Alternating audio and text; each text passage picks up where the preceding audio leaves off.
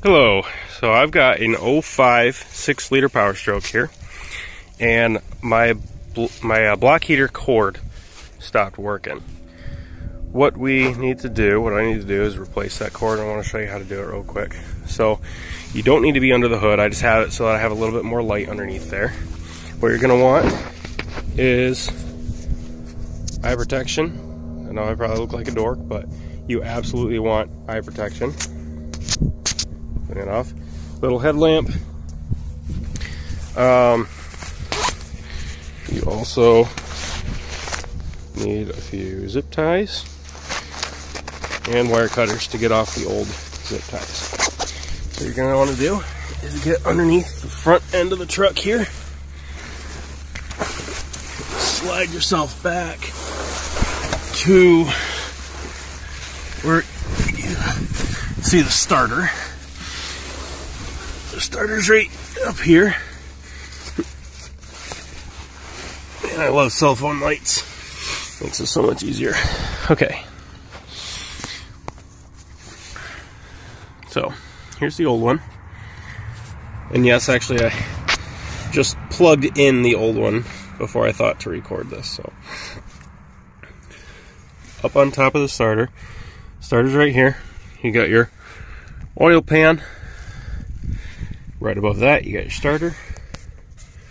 And on top of that, you got your, I don't know, my orientation keeps messing up. So right there, you've got your block heater. So that is what you'll unscrew. Just pop that off. Snug that one down in there and just tighten that on there. I just took some channel locks and just kind of little bit by little bit tighten that thing up there. So after you got that on there, you pretty much just follow the path that your old cord took all the way up to the front. That's going to be pretty self-explanatory, is to cut those old zip ties off, put new ones on, and you're good to go. So I'm going to follow up on this once I get my receptacle in there, and I'll show you how that turns out. I forgot to tell you while I'm right here that the 6.7 starter on your 6-liter is a fantastic mod. So I had a problem with the original starter on this thing. Like I said, it's an 05 and it's 2022. It still had the original starter in it. The housing on the old starter was shifting back and forth probably about a ½ inch or so. 2 out of the 3 bolts holding it onto the block were off or free spinning. So it was hanging on by 1 bolt, and the housing was moving back and forth. It was just literally falling to pieces. Plus, 6-liters have a tendency to crank really slow, and it makes starting in the cold pretty difficult for them sometimes. So, the 6.7 starter is just absolutely a monster. It cranks it around so much faster, and it's just a really, really good mod. The starter itself is like $300, so they're not cheap, but it is worth it for how much faster this thing cranks over. It just forces injection pressure up pretty much, and it's gonna start. It is really fantastic. I love it. Plus, it sounds like a 6.7 when it's cranking, which is pretty awesome. Anyway, I figured I'd have to throw that in there. Some of you might have looked at this and thought, wait, that is not an OEM looking starter. There are some videos out there that tell you to put a little bushing or something in here, and I didn't like the way that sounded. So what I did was I drilled that out, and I tapped it to accept an actual bolt as opposed to just a bushing. And I don't know, I didn't really like some of the videos out there, but I would have given you a tutorial. I wish I had, but I was not thinking ahead of doing that. So anyways, look into that. It really is fantastic. I love it. Okay, so I've routed this thing up to the front. just followed it along, just like you're supposed to. And I go right up there, over the top there, and I've gotten right over here, which is, you know, I'm right at the front end of the truck, right here. So here's the back side of the bumper. Now here is where I'm going to kind of stray from the OEM routing of this thing. So the plug, instead of going, you know, through there and up to the front of the bumper there where the tow hooks are, I'm gonna go right through the mount here, over there, and it's going to lay on this portion back here, right behind this edge of the bumper, because I am going to put that adapter thing that I showed you right here. So I'm just going to zip tie this thing in place, make sure it doesn't shift around and the cord doesn't get frayed by all these metal edges. It's going to get zip tied to all this stuff just to make sure it doesn't move around. And then I'll start zipping a hole for that. But essentially, the routing the block heater itself is done. It's super, super simple. Only takes a couple minutes. So anyway, there you have it. I'm going to start zipping that hole.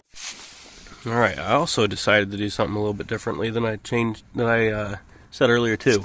I decided to run my block heater cord over the frame next to the bushing, because this thing, it's just plastic. That's not going to do anything to it. It's not going to cause any harm. So I'm going to run this right there, run a zip tie through both of those holes, keep it in place there.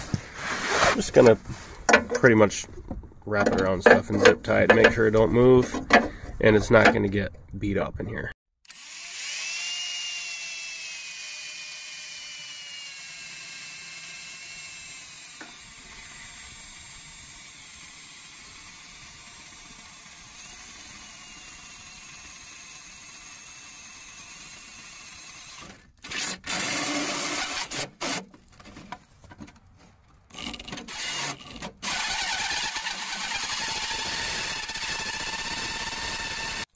Holy cow, that sounded absolutely horrific.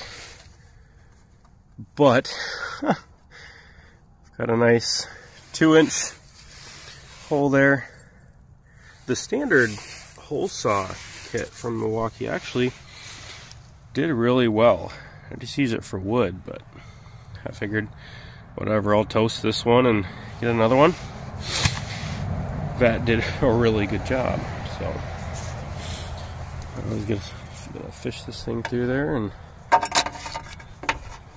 see what it looks like. Oh man, that is gonna look really nice. So anyway, what it looks like in here is just an AC receptacle. That's all it is. It is awesome. I already love this thing. I'm going to put ground up, just if any moisture gets in there, it's going to hit the ground first. So, alright, I'm going to mount this thing up. It comes with its own self-tappers, so you'll be able to put it there in any position you want. Also has a rubber gasket grommet here, and it looks like a really nice cap that's really going to keep all that moisture out. I think it's going to be really cool. I'm going to throw this thing up on there. So one more tip that I'm going to give with putting this thing in. I decided to go with ground down because of how well protected this thing is from moisture. Okay, so what you're going to want to do is take this thing out. Take this off. And then run your self-tappers in here first. So run those into your metal. That way, all of your metal shavings are going to just be between the metal and the plastic. Because, excuse the motion here, but I'm trying to do this all one-handed. Anyway, don't zip it in tight. Zip it in so that it's you know, not too terribly tight.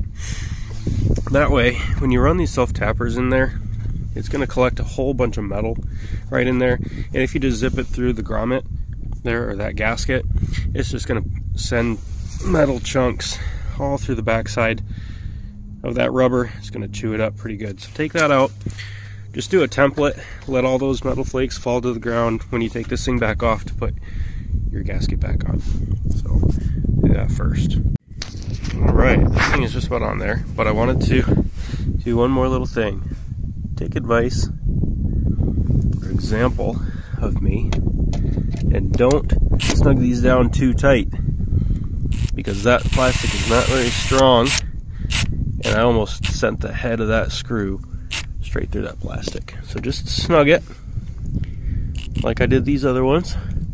All it needs to be is just snug, so that you see the gasket start flattening. Don't send it all the way through like I almost did with this one right here. Anyways, it is in there. That is going to look, it does look sharp. So much better than a plug just hanging out the front of the truck. You know, just come up to this, open that up, bam, plug it in. And I think this is going to protect it from moisture really well too. Wonder what the car wash is going to do, but who washes their trucks, especially in the country out here in Michigan? Psh, no need for that. Alrighty, this project is done.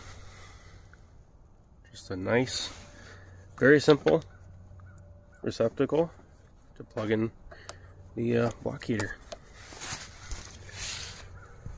That's all I did. Just tuck it around there, zip tie it to that bit right there, and that has a little bit of flex to it, so I'm not too worried about any at all about that getting crushed or mangled up. I'm really curious to see how this works. I'm excited. I've got the glow plugs going right now.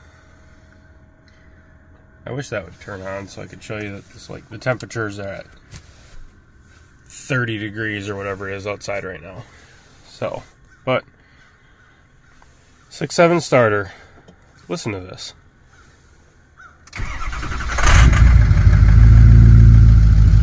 And that is a cold start on a 6-liter with the 6.7 starter. It's a beast.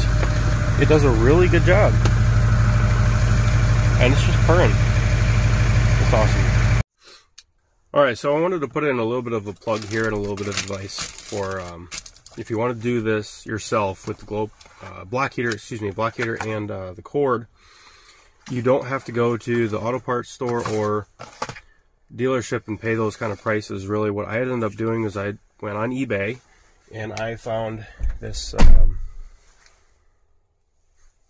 what is it? It's Swag Performance and Off-Road was the company who's on eBay. And I can't turn it around like this, but let me show you right here. Swag Performance and Off-Road. Okay, this should be better. So it is Swag Performance and Off-Road. It's on eBay. So it was a cord and block heater kit. So I have a spare block heater. I think it came out to like 68 bucks for the pair shipped. And dealer prices on these things were well over $100 just for the heater itself. So you do not have to go with those prices. Check on eBay if you plan on doing it yourself. Just make sure it's OEM Ford. That box is OEM Ford. Everything is OEM quality, so you don't have to get junk China aftermarket, and you also don't have to spend dealer prices.